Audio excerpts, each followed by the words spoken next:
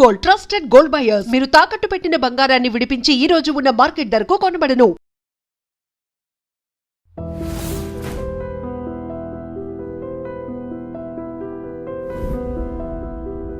నమస్తే, నేను Kavitha. Welcome to I dream news and నిజాలు. దేశంలో అవినీతి పేరుకుపోయింది. దాన్ని చీపురుతో తుడిచేస్తాం, తరిమేస్తాం అని అనౌన్స్ చేసినటువంటి ఆమ్ ఆద్మీ పార్టీకి అతి పెద్ద దెబ్బ తగిలింది.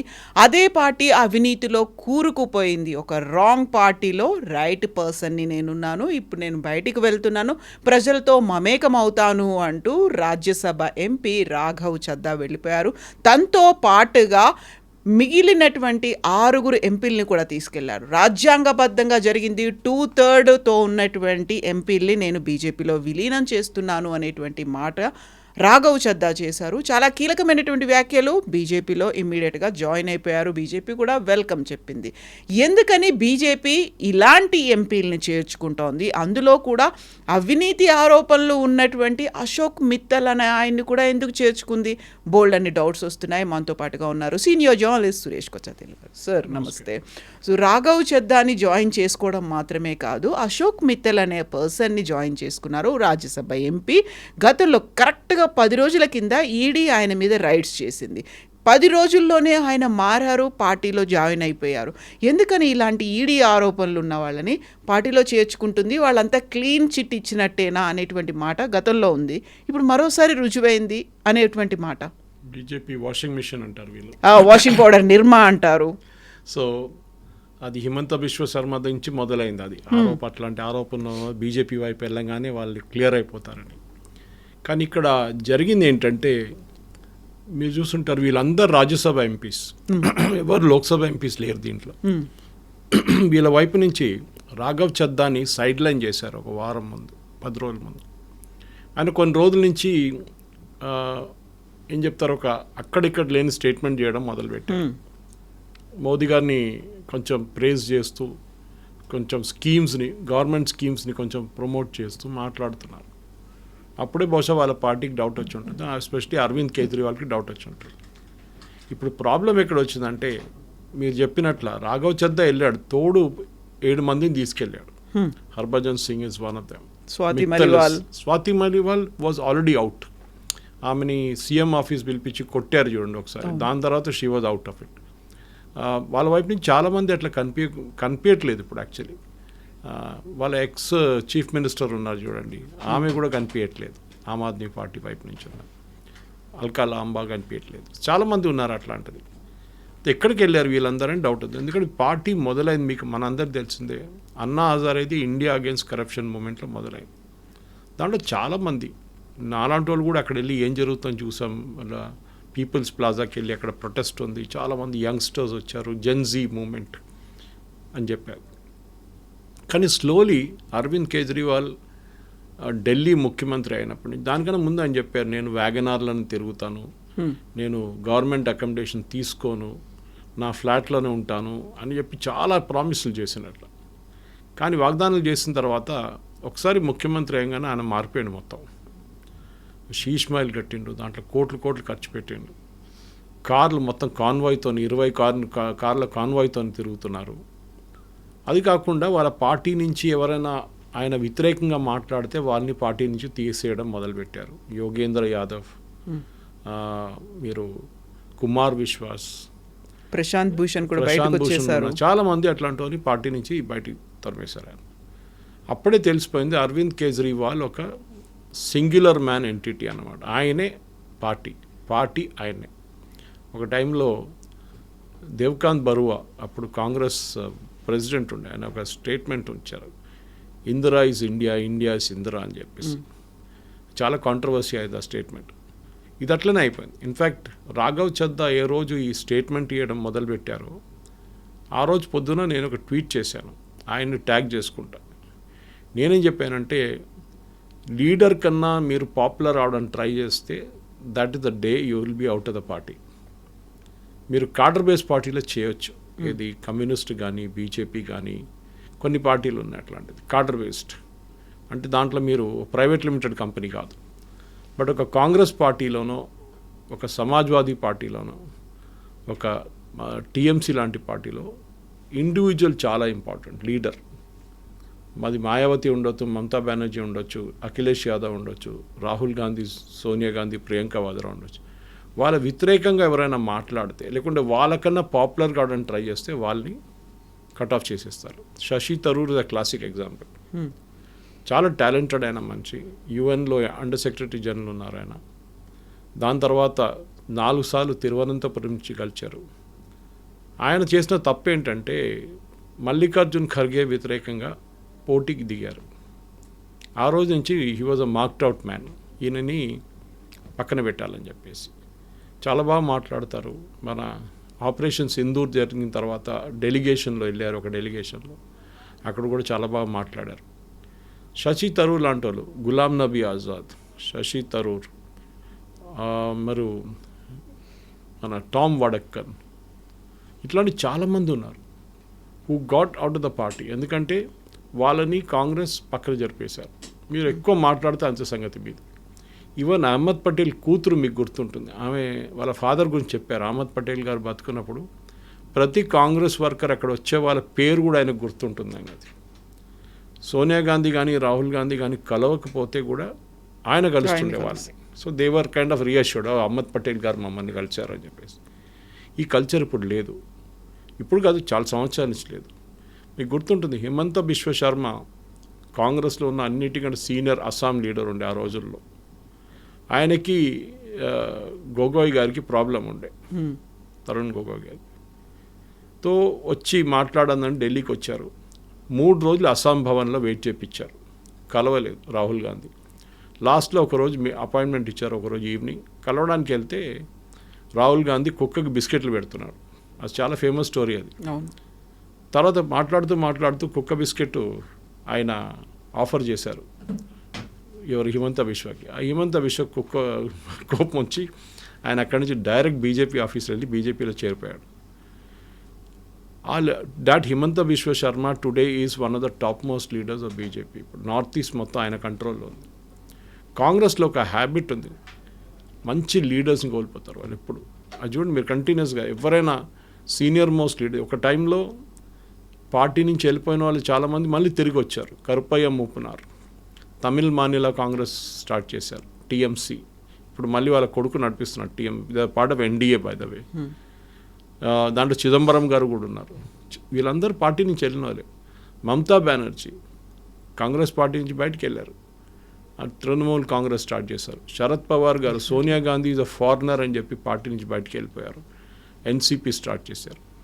ఇన్ఫ్యాక్ట్ మమతా బెనర్జీ దగ్గర ఆ టైంలో మీడియా వాళ్ళు అడిగారు, మీరు ఎందుకు పార్టీ స్టార్ట్ చేస్తున్నారు, మీరు కాంగ్రెస్ లీడర్ కాదంటే ఇందిరా గై, రాజీవ్ గయా, అవి క్యా బచ్చా అని అడిగిందంట. పార్టీలు ఏముంది, ఇందిరాగాంధీ వెళ్ళిపోయింది, రాజీవ్ గాంధీ వెళ్ళిపోయారు, ఇంకా పార్టీలు ఏం మిగిలింది అన్నారు. ఆమె లాజిక్ చూస్తే కరెక్టే అది. కానీ అదే హ్యాబిట్ ఈవెన్ సమాజ్వాదీ పార్టీలో కూడా ఉంది. మీరు చూడండి, ఎవరైనా అఖిలేష్ యాదవ్ వ్యతిరేకంగా మాట్లాడితే అవుట్. మాయావతి కూడా అంతే, ఇంక్లూడింగ్ అవర్ ఓన్ నెవ్యూని ఆమె పార్టీ నుంచి తీసి బయటపడేస్తుంది ఒకసారి. మళ్ళీ ఆమెను పిలిపించుకున్నారు. మళ్ళీ ఇటువైపు టీఎంసీ, ఆమె భజన ఎవరైనా పాడారో వాళ్ళకి ఇమ్మీడియట్ రాజ్యసభ సీట్. అది సాగరికా ఘోష్ ఉండొచ్చు, డెరిక్ ఓబ్రాయన్ ఉండొచ్చు, సాకేత్ గోఖలే ఉండొచ్చు, ఈవెన్ రీసెంట్లీ మేనకా గురుస్వామి కూడా ఉండొచ్చు. ఎవరైనా ఆమె వాళ్ళ కోసం మంచి పని ఏదైనా చేస్తే, ఏదైనా భజన పాడితే immediate. Saket Gokhale was social media guy, tweet చేస్తుండే అంతే. ఆయన తీసుకొని ఎంపీ చేశారు, ఎందుకంటే రెగ్యులర్గా భజన పాడుతుండే పొద్దున. సో టాలెంట్ వైజ్ వీళ్ళకి ఒకటే ఉంది. వీళ్ళ ఒక పాత మన మొనార్కీ లాగా రాజులు ఉంటారు చూడండి, వాళ్ళ పక్కన కూర్చున్న వాళ్ళందరూ వాళ్ళు చంచాడు. ఏదైనా అంటే రాజు జై జై జై అంటారు. ఇదే స్టేట్ అన్నమాట. మీకు గుర్తుంటుంది కవిత గారు, సుబ్రహ్మణ్యం స్వామి క్లాసిక్ ఎగ్జాంపుల్. ఆయనకి రాజ్యసభ సీట్ ఎక్స్టెన్షన్ ఇవ్వకపోతే అప్పటి నుంచి ఆయన మోదీ గారిని తిట్టడం మొదలుపెట్టారు, టార్గెట్ చేసి. Shatrughna Sinha same case, Yashwant Sinha same. పొద్దున్న లేవగానే మోదీ గారిని ఏదో అంటారు వాళ్ళు. కానీ వీళ్ళని ఎవరిని పార్టీ నుంచి అమిత్ షా గారు తీయలేదు పార్టీ నుంచి, వాళ్ళు ఉంచుకున్నారు వాళ్ళని. సుబ్రహ్మణ్యం స్వామి స్టిల్ దేర్ టెక్నికలీ. వీళ్ళిద్దరు వెళ్ళిపోయారు, మిగతా పార్టీకి వెళ్ళి ఎంపీలు అయిపోయారు వాళ్ళు. డిఫరెన్స్ ఇది. ఒక కార్డర్ బేస్ పార్టీలో వచ్చినప్పుడు మీకు క్రిటిసైజ్ చేయవచ్చు, still you can stay in the party. అయితే ఇక్కడే ఇప్పుడు మనం మాట్లాడుకున్నటువంటి హిమంత బిశ్వ శర్మ మీద విపరీతమైనటువంటి అవినీతి ఆరోపణలు ఉన్నాయి. భూ కబ్జాలు చేశారనేది, డబ్బు కోట్లల్లో సంపాదించారు అనేది. దీంతో పాటుగా గతంలో వచ్చినటువంటి కొంతమంది ఎంపీలు కూడా విపరీతమైనటువంటి డబ్బు వాళ్ళ దగ్గర ఉంది. పారిశ్రామికవేత్తలు, బిలియనీర్స్, వీళ్ళందరి మీద ED, ACB, CBI, IT rides ఇవన్నీ అయిన తర్వాత వన్ ఫైన్ డే వచ్చి బీజేపీలో జాయిన్ అయిపోతారు. వెరీ రీసెంట్గా ఇప్పుడు అశోక్ మిత్తల్ మీద కూడా జరిగింది. ఈడీ రైడ్స్ జరిగాయి, 10 డేస్లోనే ఆయన వచ్చి జాయిన్ అయిపోయారు. ఎందుకని అలాంటి వాళ్ళని తీసుకుంటుంది? బెదిరిస్తోందా, లేకుంటే వాళ్ళకి కావాల్సినటువంటి అందజేస్తున్నారా, క్విడ్ ప్రోకో అనేది జరుగుతుందా? సో ఐఎమ్ ఆల్, ఎవరైనా ఆరోపణలు ఉంటే ఆరోపణలు ప్రూవ్ చేయాల్సి వస్తుంది. జ్యుడిషియల్ జ్యూరిస్ప్రుడెన్స్లో ఒక టర్మినాలజీ ఉంది, no man is guilty unless is proven to be guilty, till then is innocent. మనం కూడా అదే తీసుకోవాలి. ఆరోపణ చేయడంలో ఈజీగా ఉంటుంది. ఇప్పుడు మొన్న హిమంత బిశ్వ శర్మ వైఫ్ మీద పవన్ ఖేరా గారు ఆరోపణ చేశారు, ఆమెకు పాస్పోర్ట్ ఉంది, ఫారిన్ పాస్పోర్ట్. తర్వాత తెలిసింది అది ఫోర్జరీ అని. ఇప్పుడు ఆయన యాంటిసిపేటరీ బెయిల్ తీసుకున్నారు తెలంగాణ హైకోర్టు నుంచి, అది సుప్రీంకోర్టు కొట్టిపడేశారు. మళ్ళీ అస్సాంకి వెళ్ళారు, అక్కడ డినై చేశారు. బహుశా ఇవాళ అరెస్ట్ అయిపోతారు ఆయన. నేనేం చెప్పాను అనుకుంటే, ఎస్, ఎవరైనా తప్పు చేసి పార్టీకి వస్తే వాళ్ళని శిక్షించాల్సిందే, there is no doubt about, I'm also all for it. కానీ ఆరోపణలు చేశారని చెప్పి కరెక్ట్. ఇప్పుడు బీజేపీ వాళ్ళు ఆరోపణ చేసిన కొంతమంది బీజేపీలో వచ్చి చేరారు. మీరు మిత్తల్ గారు కేసు అన్నారు, మిత్తల్తో పాటు ఇంకా 4-5 వెళ్ళారు కదా, 6 వెళ్ళారు కదా, వాళ్ళ మీద ఆరోపణలు ఏమి లేవే. స్వాతి మాలివాల్ లేదు, హర్భజన్ సింగ్ మీద లేదు, మిస్టర్ పాఠక్ గారు ఐఐటి ప్రొఫెసర్ ఉన్నారు, ఆయన మీద లేదే. అంటే ఏమైందంటే బేసిక్లీ ఈ ఇండివిజువల్ లెడ్ పార్టీస్కి ఇదే ఒక డేంజర్. ఇప్పుడు మాయావతి ఒక టైంలో ఉత్తరప్రదేశ్ ముఖ్యమంత్రి ఉండే, ఇప్పుడు ఆమె ఎక్కడుంది? ఎవ్వరు పట్టించుకోవట్లేదు ఆమెను. అంటే మీరు ఆ లెవెల్కి వెళ్ళిపోయిన తర్వాత, అరెగెన్స్ వచ్చిన తర్వాత మీ ఓన్ నెవ్యూని మీరు పార్టీని తీసేశారు. అక్కడే మీకు తెలిసిపోయింది దట్ మీకు డెమోక్రసీ అనే respect. Arvind Kejriwal problem simple. Kumar Vishwas గారు చాలా బాగా చెప్పారు అది. ఆయన కవిత్వం అంతా చెప్తారు కదా, పోయిటరీ చెప్తారు చాలా మటుకు. ఆయన ఒకసారి నేను ఒక సెమినార్కి వెళ్ళినప్పుడు దాంట్లో మాట్లాడారు. ఆయన చెప్పింది అదంటే, అన్నా హజారే గారు ఒక మూమెంట్ స్టార్ట్ చేశారు కరప్షన్ వ్యతిరేకంగా. అప్పుడు కేజ్రీవాల్ ఏమన్నారు, నేను వ్యాగనారు, నేను అక్కడ రోడ్డు పక్కన మఫ్లర్ వేసుకొని బ్లాంకెట్ వేసుకొని ప్రొటెస్ట్ చేస్తాను, ధర్నాలు చేస్తానని. కానీ మీరు చూడండి, కేజ్రీవాల్ ఒకసారి పవర్కి రాగానే ఎట్లా మారిపోయాడు ఆయన కంప్లీట్గా. ఆయన మీద ఎన్నో ఆరోపణలు వచ్చినాయి, కరప్షన్ ఆరోపణలు. ఇప్పుడు ఈ లిక్కర్ స్కామ్ల గురించి వచ్చినారు. చాలామంది అన్నారు ఆయన్ని కోర్టు ఫ్రీగా ఇచ్చేసారని, కాలేదు, మళ్ళీ స్టే చేశారు ఆ జడ్జిమెంట్. దాని వ్యతిరేకంగా ఆయన జడ్జి మీద ఆరోపణ చేశారు, మీరు ఆర్ఎస్ఎస్, మీరు సంఘ కార్యకలాపాలకు వెళ్తున్నారు అని. సో దాన్ని బట్టి ఆమె బాగా రిప్లై ఇచ్చింది. She said, if you have challenge, go to supreme court, go to high court and challenge it. Okay, నేనైతే కేసు నుంచి రెక్యూజ్ చేయను అని చెప్పింది ఆమె. సో అరవింద్ కేజ్రీవాల్ది ఒక ఇమేజ్ ఉంది చూడండి, అది అరవింద్ కేజ్రీవాల్ యాజ్ అ పార్టీగా మారిపోయింది. వీళ్ళందరూ కలిసి ఫామ్ చేశారు పార్టీది. యోగేంద్ర యాదవ్ది రోల్ తక్కువ కాదు, కుమార్ విశ్వాస్ రోల్ తక్కువ కాదు, రాఘవ్ చద్దా రోల్ తక్కువ కాదు. Is a chartered accountant and is a brilliant fellow. అదంతా ఉంది. కానీ వీళ్ళది ఏం చేశారంటే, నేను ఇప్పుడు కూడా చెప్తున్నాను మీకు, ఇప్పుడు రాఘవ్ చద్దాని చూడండి, హీ అండ్ అదర్స్, మిత్తల్ అయితే ఆయన లవ్లీ ప్రొఫెషనల్ యూనివర్సిటీ నడిపిస్తున్నారు, ఓనర్ ఆఫ్ దాట్. వీళ్ళందరూ బీజేపీ పంజాబ్ యూనిట్కి అయిపోతారు ఇప్పుడు. ఆల్, ఎందుకంటే ఎలక్షన్స్ వస్తుంది ఇప్పుడు అక్కడ. అండ్ బీజేపీ పంజాబ్లో ఎప్పుడు వాళ్ళు 84 నుంచి కూడా వాళ్ళు పైకి రాలేదు వాళ్ళు. In fact one of the first parties బీజేపీతోని అలయన్స్లో పెట్టుకుని శిరోమణి అకాలీదళ్, బీజేపీ ఫామ్ చేసిన తర్వాత 80s BJP formed, 84 first election. 84 నుంచి శిరోమణి అకాలీదళ్ బీజేపీతో ఉన్నారు. కానీ వాళ్ళు బీజేపీని ఎప్పుడు నంబర్ 1గా చూసుకోలేదు. లైక్ ఏఐడిఎంకే తమిళనాడులో ఎట్లా చేస్తారో, చంద్రబాబు నాయుడు గారు ఆంధ్రాలో ఎట్లా చేస్తారో, అట్లనే ఒక సెకండ్ పొజిషన్లో ఉంచుకున్నారు బీజేపీని. దాని తర్వాత ఫార్మర్స్ అజిటేషన్ వచ్చినప్పుడు శిరోమణి అకాలీదళ్ వెళ్ళిపోయారు బీజేపీ నుంచి. ఇప్పుడు బీజేపీ పంజాబ్లో వాళ్ళకి పట్టు చేయడానికి ట్రై చేస్తున్నారు. సో ఇదొక మూవ్ ఉండొచ్చు దానికి. కానీ కరెక్ట్, ఆరోపణ ఉన్న మిత్తల్ గారు కానీ ఎవరైనా కానీ వాళ్ళ మీద చర్యలు ఉండాల్సిందే. అది ఎవరైనా కోర్టు కూడా వెళ్ళొచ్చు, you can go to court and demand and enquiry. కానీ పొలిటిక్స్లో all is fair in love and war అని చెప్పినట్టు పొలిటిక్స్ కూడా అదే ఉంటుంది. ఓకే, ఎందుకంటే ఈసారి ఇప్పుడు ఆరోపణ చేసిన అక్కడ వెళ్ళంగానే వాళ్ళు క్లియర్ అయిపోతారు, అక్కడ వాళ్ళు ఇక్కడ రాగానే వీళ్ళు క్లియర్ అయిపోతారు. కానీ పొలిటిక్స్లో మెయిన్ థింగ్, బీజేపీకి రాజ్యసభలో ఆల్మోస్ట్ 10 సీట్లు ఇప్పుడు ఎక్కువ అవుతుంది వీళ్ళతో పాటు. బీజేపీకి రాజ్యసభలో 2/3 మెజారిటీ ఎప్పుడు రాదు. ఈ మన డిమానిటైజేషన్ బిల్ వచ్చినప్పుడు చాలామంది అన్నారు లోక్సభలో పాస్ అయిపోతే బిల్ అయింది అనుకున్నారు. కాదు, రాజ్యసభలో కూడా పాస్ కావాలండి. కానీ రాజ్యసభలో లోక్సభలో కాకుండా డీలిమిటేషన్ లేదు. రాజ్యసభలో ఎన్ని సీట్లు ఉన్నా అన్ని సీట్లే ఉంటుంది. సో బీజేపీకి బిల్డప్ చేయాలంటే వాళ్ళకి పంజాబ్ లాంటి రాష్ట్రాల నుంచి ఉన్న ఎంపీలు కావాల్సి వస్తుంది. వాళ్ళకి ఇప్పుడు మెయిన్గా లేని రాష్ట్రాలు ఒకటి కర్ణాటక, ఆంధ్ర, దట్ ఈస్ తెలంగాణ, తమిళనాడు, కేరళ. ఇక్కడ నుంచి బీజేపీకి రాజ్యసభ ఎంపీస్ ఎక్సెప్ట్ ఫర్ కర్ణాటకలో ఛాన్స్ ఉంది కానీ మిగతా చోట్ల ఛాన్స్ లేదు వాళ్ళకి. సో బిల్డప్ చేయాలంటే రాజ్యసభ అక్కడ ఉంటుంది. So maybe Raghav Chadha is an ideal opportunist దీనికి. ఆయన అన్నారు వాజ్పేయి గారికి ఇచ్చి యూజ్ చేసే ఒక టర్మ్ ఉంది, right man in the wrong party అని. వాజ్పేయి గారి గురించి ఎప్పుడు చెప్తుండేది. వాళ్ళ కాంగ్రెస్ ఉన్న వాళ్ళు, కమ్యూనిస్ట్ వాళ్ళు ఎప్పుడు చెప్తున్న ఒక టర్మ్ ఇది. అది రాఘవ్ చద్దా ఈసారి వాడుకున్నారు. నేను చాలా మటుకు కష్టపడ్డాను పార్టీ కోసం, కానీ కేజ్రీవాల్ గారు కంప్లీట్గా సెల్ఫిష్ అయిపోయారు. ఆయన నేనే పార్టీ అని చేర్చుకున్నారు. ఆయన ఇప్పుడు అదే నడిపిస్తున్నారు ఆయన చెప్తున్నారు. సరే, రాఘవ్ చద్దా పొజిషన్ నుంచి చూస్తే కరెక్ట్, ఆయనకి గ్రోత్ ఆపర్చునిటీస్ లేదు. ఆయన ఎక్కడున్నాడు అక్కడే మిగిలిపోతారు, పార్టీ పైకి వెళ్ళలేరు. అది ఎనీ ప్రైవేట్ లిమిటెడ్ కంపెనీ పార్టీలో ఉంటుంది. అది ఎంత కష్టపడినా కానీ రాహుల్ గాంధీ డిసైడ్ చేస్తాడు అన్ని, ప్రియాంక వాద్రే డిసైడ్ చేస్తారు. వాళ్ళ పార్టీలో ఉన్న మల్లికార్జున్ ఖర్గే కూడా ఒక బీ-ఫామ్ కూడా ఇష్యూ చేయలేరు అన్న, వీళ్ళ పర్మిషన్ లేకుండా. That is the situation. So మీరు ఒక నార్మల్ వర్కర్గా పైకి వచ్చి ముఖ్యమంత్రి కావడం అనేది అది చాలా తక్కువ పార్టీస్లో ఉంటుంది. That example one is BJP. మీరు చూసుంటారు బీహార్లో, ఒడిశాలో, ఛత్తీస్గఢ్లో, మధ్యప్రదేశ్లో, రాజస్థాన్లో అన్ని కొత్త ముఖ్యమంత్రిని తీసుకొచ్చారు. న్యూ ఫేసెస్, మనకు పేరు కూడా తెలియదు కొంతమంది దాంట్లో. బికాస్ కాడర్ నుంచి వర్క్ చేసి వస్తే మీకు ఆపర్చునిటీ ఉంటుంది. కానీ కేజ్రీవాల్ ఏం చేశారంటే ఆయన తోడున్న మనుషులనే వెనక నుంచి ఆయన స్టాబ్ చేశారు, వాళ్ళని పక్కన జరిపేశారు. ఒక చిన్న స్టేట్మెంట్ ఇవ్వడంలోనే రాఘవ్ చద్దాని లీడర్ ఆఫ్ ఆపోజిషన్ పోస్ట్ నుంచి, అంటే వాళ్ళ పార్టీ లీడర్షిప్ నుంచి రాజ్యసభలో తీసేశారు. కాకపోతే అదే డిప్యూటీ ఫ్లోర్ లీడర్గా అశోక్ మిత్తల్ని పెట్టుకున్నారు. అశోక్ మిత్తల్ కూడా ఇప్పుడు వెళ్ళిపోయాడు, వచ్చేసారు. సో అదే ప్రాబ్లం. సో నేనేం చెప్తున్నా అంటే ఇప్పుడు కేజ్రీవాల్ ఏం చేస్తారు చెప్పండి. ఇప్పుడు ఆరోపణలు చేస్తారు, ఈవెన్ మాన్ కూడా ఆరోపణ చేస్తున్నారు పంజాబ్ ముఖ్యమంత్రి. మా పంజాబ్కి చెందిన వాళ్ళు కాదు ఈ లీడర్లు, ఎవరు వెళ్ళిపోయిన వాళ్ళు, పంజాబ్తో సంబంధం లేదు వాళ్లకు అనే మాట. బట్ ఇన్ని రోజుల సంబంధం ఎట్లా ఉండే? మీరు రాజ్యసభ సీట్ ఎట్లా ఇచ్చారు వాళ్ళకి? ఇది అడగాల్సింది.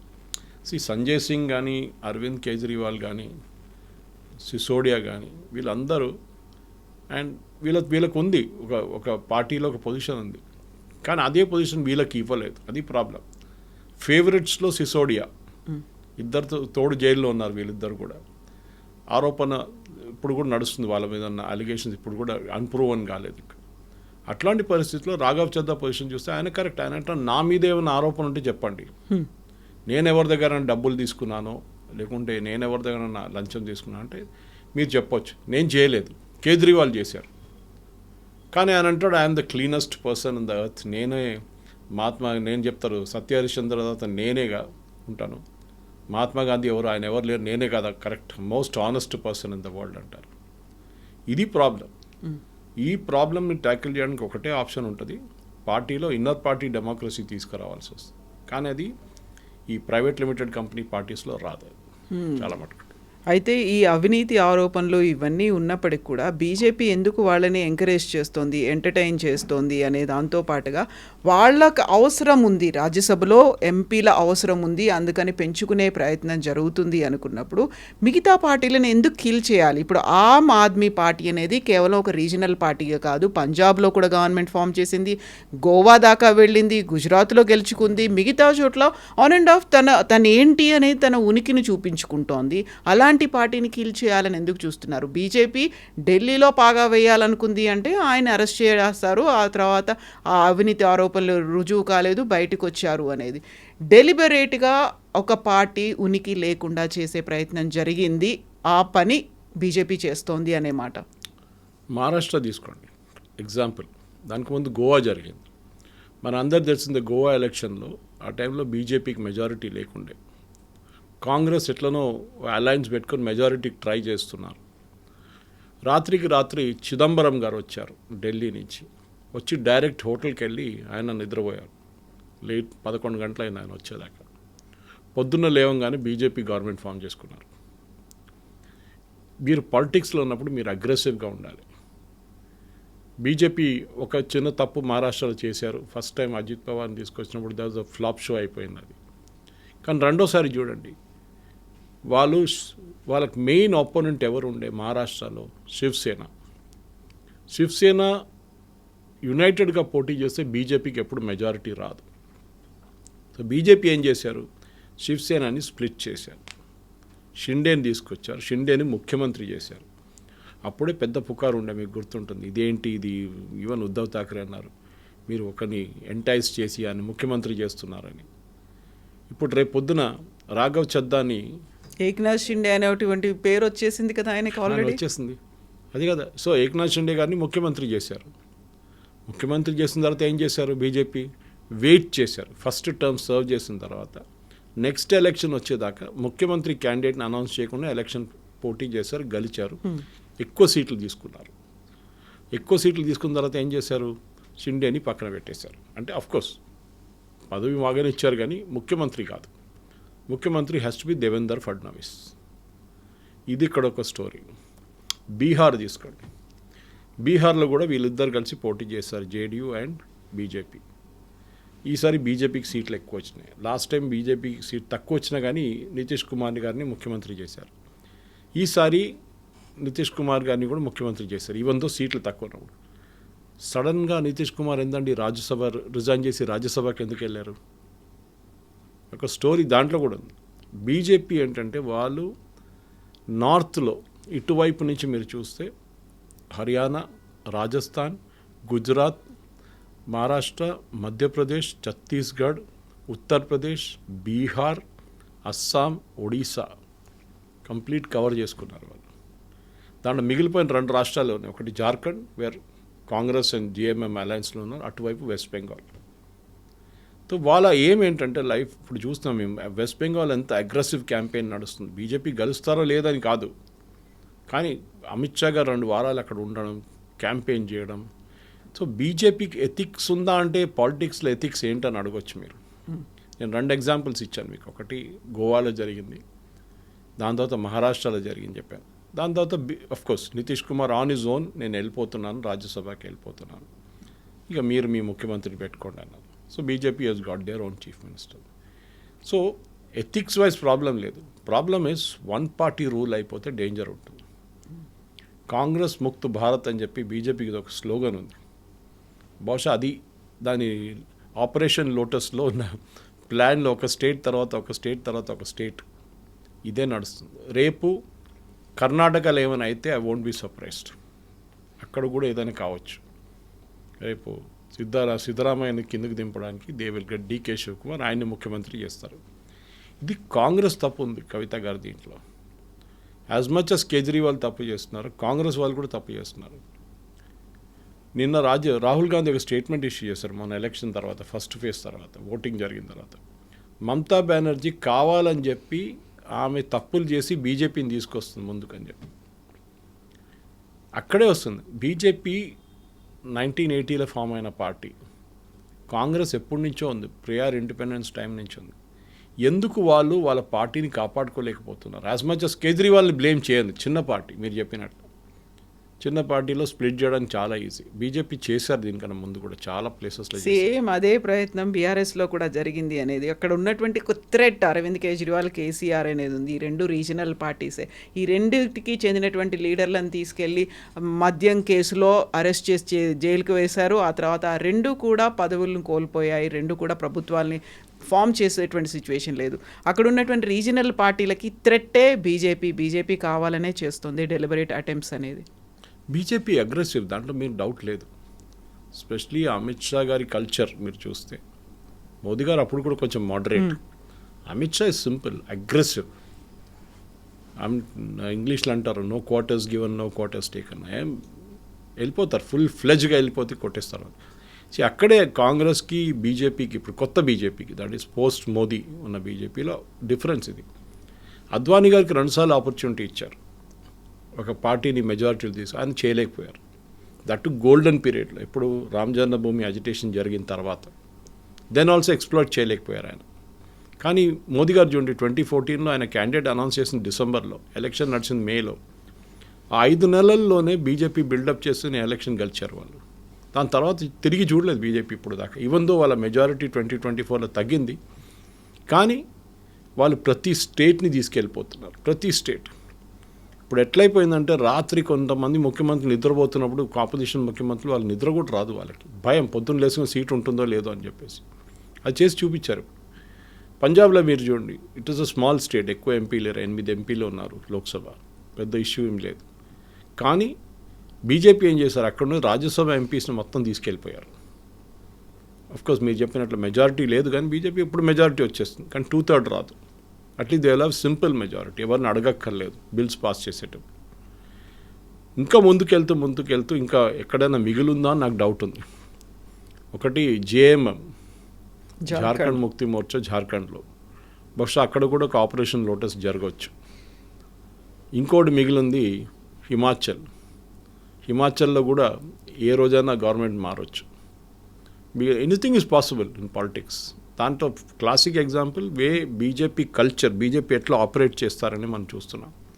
కాకపోతే ఎంత బీజేపీ ఆపరేట్ చేస్తున్నా కానీ మోదీ ఒక మొనార్క్ లాగా తయారైపోయాడు. ఇంకా బీజేపీ తప్ప ఏది ఉండొద్దు అనుకుంటే ప్రజాస్వామ్యం అనేది ఎక్కడ ఉంటుంది? కేంద్రంలో అధికారం ఓకే, రాష్ట్రాల్లో కూడా ఉన్నటువంటి రీజనల్ పార్టీస్ని ఎందుకు చంపేస్తున్నారు అని.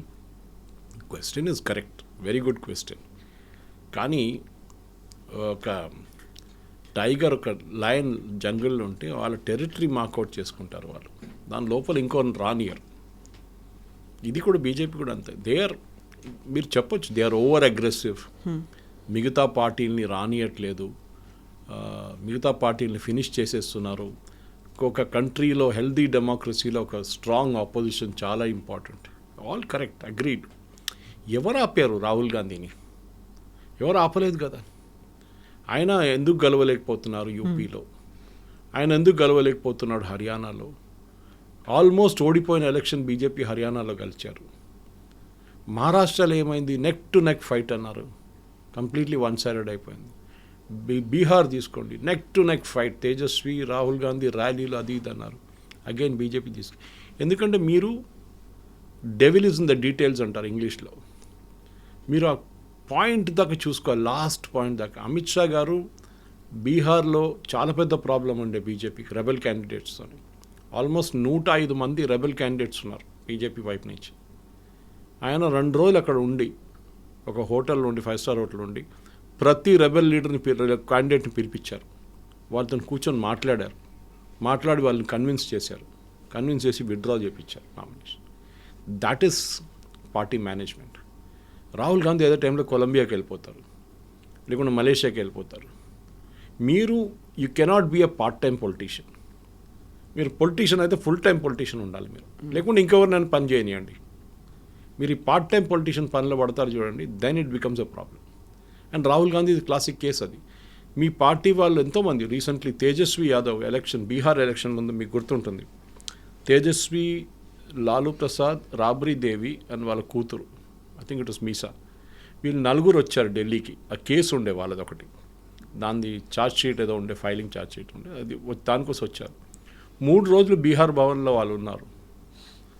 రాహుల్ గాంధీని కలవడానికి ట్రై చేశారు, ఏది క్యాండిడేచర్ డిస్కస్ చేయడానికి బీహార్లో, వాళ్ళు పొత్తు ఉంది కదా వాళ్ళకి, కలవలేదు 3 రోజులు. Lalu is not a small man, X ముఖ్యమంత్రి, వాళ్ళ వైఫ్ కూడా ఎక్స్ ముఖ్యమంత్రి, తేజస్వి ఆయన క్లోజ్ ఫ్రెండ్, కలవలేదు. ఈవెన్ వెస్ట్ బెంగాల్లో చూడండి, ఈసారి వెస్ట్ బెంగాల్లో సిపిఎంతో పొత్తు ఎందుకు పెట్టుకోలేదు? Same problem, ego. మీరు పొలిటిక్స్లో ఉన్న మీరు దిగొచ్చి మాట్లాడాలి ఒక్కొక్కసారి, you to come down. Amit Shah గారు ఈవెన్ మీరు చూడండి, నార్త్ ఈస్ట్కి వెళ్తే చిన్న పార్టీలతో మాట్లాడతారు, 2 ఎమ్మెల్యేలు 1 ఎమ్మెల్యే ఉన్న పార్టీతో మాట్లాడతారు. ఎందుకంటే ఏదో ఒక రోజు మీకు పనికొస్తారు వాళ్ళు. You should never forget that. మీకు ఒకరోజు అహంకారం తీసుకొని నేను వాళ్ళతో మాట్లాడాను, వాళ్ళకి 2 ఎమ్మెల్యేలు ఉన్నారంటే దాట్స్ ఎండ్ ఆఫ్ ఇట్. మీరు మీ పార్టీని చూసుకోకపోతే మీ పార్టీ అంతే సంగతి. అది రాహుల్ గాంధీ గుర్తుపెట్టుకోవాలి. And classic example is this. ఎంతోమంది, ఓకే, రాజాజీ గారి grand son is BJP spokesperson Kesavan. Shehzad Poonawalla Congress, Jitin Prasada Congress, missus Bahuguna యూపీలో కాంగ్రెస్. వీళ్ళందరూ ఎక్కడి నుంచి వచ్చారు కదా. ఎవరో అన్నారు బీజేపీ, కొత్త బీజేపీ కాంగ్రెస్ లాగా అయిపోయిందని చెప్పేసి. బహుశా అది కూడా ఉండొచ్చు. మీ పార్టీలో మీరు చూసుకోకపోతే మీ పార్టీ నుంచి వెళ్ళిపోతారు. దాని తర్వాత మీరు కంప్లైంట్ చేయకూడదు, నేను వాళ్ళు బీజేపీ గుంజుకొని తీసుకెళ్ళిపోయారు. వాళ్ళు చేస్తారు. మీరు కూడా ట్రై చేయండి. మీరు కూడా అంత అట్రాక్టివ్గా మీ పార్టీని తయారు చేసి మీ పార్టీలో ఆపర్చునిటీస్ చూపిస్తే మీ పార్టీ వైపు వస్తారు. కానీ మీ పార్టీలో చూడండి, ఒక కేసీ వేణుగోపాల్ పవర్ సెంటర్, ముందు అహ్మద్ పటేల్ ఉండే, ఆ ప్లేస్లో కేసీ వేణుగోపాల్ ఉన్నారు. ఇప్పుడు మల్లికార్జున్ ఖర్గే, ఆయన ఏం చెప్తాడో ఆయనకే తెలియదు, పాపం ఏజ్ అయిపోయింది ఆయనకి. మీరు ఆయన్ని పనిచేయనియరు కరెక్ట్గా, న్యాచురల్లీ ఫ్రస్ట్రేట్ అయిపోతారు. నితిన్ నబీన్ని నిన్న పొద్దున ఇన్ఫామ్ చేశారు, సాయంత్రం ఈ ప్రెస్ కాన్ఫరెన్స్ ఉంటుంది బీజేపీ భవన్లో, వీళ్ళు ముగ్గురు వస్తారు, తోడు 5 మంది ఇంకా ఉన్నారు. వాళ్ళు సంతకం పెట్టి రాధాకృష్ణ గారికి పొద్దునే వైస్ ప్రెసిడెంట్కి ఇచ్చేశారు వాళ్ళ రాజీనామాలు. ఆ రాజీనామా అంటే that we are joining the BJP అని చెప్పి 2/3 మెజారిటీతో. సో అదంతా ముందే తెలుసు వీళ్ళకి, అప్పుడు కూడా ఏం చేయలేదు. చూడండి, ఫైర్ ఫైటింగ్ అనేది చాలా ఇంపార్టెంట్. ఎందుకు మన దగ్గర ఇక్కడ తీసుకోండి, మీరు జీవన్ రెడ్డి గారి కేసు కాంగ్రెస్ నుంచి బీఆర్ఎస్లోకి వచ్చేసారు. మీరు ఎందుకు కన్విన్స్ చేయలేకపోతున్నారు? ఆయన వెళ్ళిన తర్వాత is a nobody, is a old guy, nothing called old guy. Old ఆ ఎక్స్పీరియన్స్ ఏ రోజో పనికి వస్తుంది మీకు. కానీ మీరు ఇగ్నోర్ చేయకూడదు ఎప్పుడు, ఎందుకంటే వాళ్ళు కూడా 10 ఓట్లు తీసుకొస్తారు. వాళ్ళు ఆపర్చునిటీ ఎప్పుడు పోకూడదు. ఈట్ల రాజేందర్ ఎక్కడి నుంచి వచ్చారు? బీఆర్ఎస్ నుంచి వచ్చారు. డీకేఆర్న ఎక్కడి నుంచి వచ్చారు? కాంగ్రెస్ నుంచి వచ్చారు. సో ఎక్కడ వాళ్ళ దగ్గర స్ట్రెంగ్త్ లేదో వాళ్ళు మిగతా పార్టీ నుంచి తెచ్చుకొని స్ట్రెంగ్త్ బిల్డప్ చేస్తున్నారు. అండ్ నేను ఎప్పుడు ఇచ్చే ఎగ్జాంపుల్ ఒకటి ఉంది, కర్ణాటక. 20 సంవత్సరాల ముందు కర్ణాటకలో బీజేపీ వాజ్ 0. ఆ టైంలో రామకృష్ణ హెగ్డే, దేవరాజ్ అర్స్, పెద్ద దేవగౌడ. బీజేపీ ఎక్కడ ఉండే? నథింగ్. జేడిఎస్ ఉండే, కాంగ్రెస్ ఉండే. టుడే జేడిఎస్ని పక్కన పెట్టేశారు, మొత్తం వైపౌట్. అనదర్ షిండే ఎగ్జాంపుల్ ఇక్కడ ఒకటి. సో బీజేపీ ఏంటంటే వాళ్ళు ఎస్ వన్ వే మీరు చెప్పినది కరెక్టే, it looks very bad. Opposition లేకుండా ఏం నడిపిస్తారు గవర్నమెంట్ అనేది. కానీ ఆపోజిషన్ కూడా వాళ్ళ రోల్ వాళ్ళు చూసుకోవాలి. అది కాకుండా పార్లమెంట్లో వచ్చి గొడవ చేయడము, పార్లమెంట్లో వచ్చి టీషర్ట్లు వేసుకోవడము, పార్లమెంట్లో వచ్చి స్టేట్మెంట్ ఇవ్వడం, బయట స్టేట్మెంట్ ఇవ్వడం, పోస్టర్లు పట్టుకోవడం, యూ డూ ఇట్. ఇదే మమతా బెనర్జీ ప్రొటెస్ట్ చేశారు పార్లమెంట్లో, మనకు తెలిసి ఆమె మినిస్టర్ ఉన్నప్పుడు కూడా, బంగ్లాదేశ్ నుంచి వచ్చిన ఇమిగ్రెంట్స్ వ్యతిరేకంగా. సేమ్ ఇప్పుడు జరుగుతుంది. So I think Rahul Gandhi ఆయనతో కాకపోతే పక్కన జరిగిపోవాలి. వాళ్ళ పార్టీలో చాలామంది మంచి లీడర్లు ఉన్నారు. There is Sachin Pilot, okay, Kamalnath is there, but ఆయన కొంచెం ఓల్డ్ అయిపోయింది ఇప్పుడు. మిగతా చాలామంది కొత్త నేతలు, వాళ్ళకు ఛాన్స్ ఇవ్వండి ఒకసారి. ఇవ్వరు. ఆ top is reserved for the family. మిగతా అందరికీ చిన్న పదవులు ఇచ్చి వాళ్ళని అక్కడ ఉంచుకుంటారు వాళ్ళు. అది ప్రాబ్లం. సేమ్ థింగ్ మన తమిళనాడులో ట్రాన్స్లేషన్ డిజాస్టర్ చూసాం మనం. తమిళ్ నుంచి రాహుల్ గాంధీ స్పీచ్ ట్రాన్స్లేట్ చేసిన మనిషి, ఆయన ఒక ఫేక్ కేసు తయారు చేసుకున్నారు, ఇన్కమ్ ట్యాక్స్ వాళ్ళు రేడ్ చేశారు. ఎందుకు ఈ డ్రామా అంతా? That is what it is. మీరు చెప్పొచ్చు, ఓకే, అన్నామలైని బాగా ట్రీట్ చేయలేదు BJP, I also agree with that. ఇప్పుడు ఆయనకి రాజ్యసభ ఇస్తున్నారు. So that is the way you reward somebody. So మీ పార్టీని చూసుకోవాలండి. దట్ ఈస్ వై బీజేపీ 2 సీట్లు ఉన్న లోక్సభ హనుమకొండ నుంచి జంగారెడ్డి గారు, ఇంకా అక్కడి నుంచి గుజరాత్ నుంచి మేసానా నుంచి ఆకార్ పటేల్, వీళ్ళిద్దరు ఎట్లా ఆ 2 పార్టీలు ఉన్న ఎంపీలు ఉన్న పార్టీ ఇవాళ రూలింగ్ చేస్తుంది, దేశం రూల్ చేస్తున్నారు. అది మనం మర్చిపోకూడదు. And that is the most important lesson అనమాట. ఎక్కడి నుంచి వాళ్ళు స్టెప్ బై స్టెప్ వెళ్ళారు. 2 సీట్లు ఉన్న వెస్ట్ బెంగాల్లో 3 ఎలక్షన్ ముందు 2011లో, అక్కడి నుంచి ఇప్పుడు వాళ్ళు 77కి వచ్చారు. ఎక్కడో 44 సీట్లు, 44 సీట్లు ఉన్న కాంగ్రెస్ ఇప్పుడు 0 అయిపోయారు last election. Same with CPM. 34 సంవత్సరాలు పరిపాలించారు వెస్ట్ బెంగాల్. అది లెసన్. ఎక్కడ లేని వెస్ట్ బెంగాల్ ఛాన్సే లేకుండా బీజేపీ. కానీ ఇప్పుడు ప్రిన్సిపల్ ఆపోజిషన్ పార్టీ 77 సీట్స్, ఈసారి బహుశా 100 కూడా క్రాస్ చేస్తారు. There are lot of lessons to be learned. And Rahul Gandhi first నేర్చుకోవాల్సిందే, లీడర్షిప్ అనేది మీ ఫ్యామిలీ ప్రిజర్వ్ కాదు. ఎవరి దగ్గర మంచి లీడర్షిప్ ఉందో వాళ్ళని లీడర్గా తయారు చేయండి. Who or he maybe. Yes, sir. Thank you so much. Thank you very much. Thank you. Subscribe iDreams. And please subscribe to iDream. For more videos, subscribe to iDream. Please like, share, and subscribe to the channel. Congratulations, iDream. subscribe to iDream. Subscribe to iDream. So subscribe to iDream Media.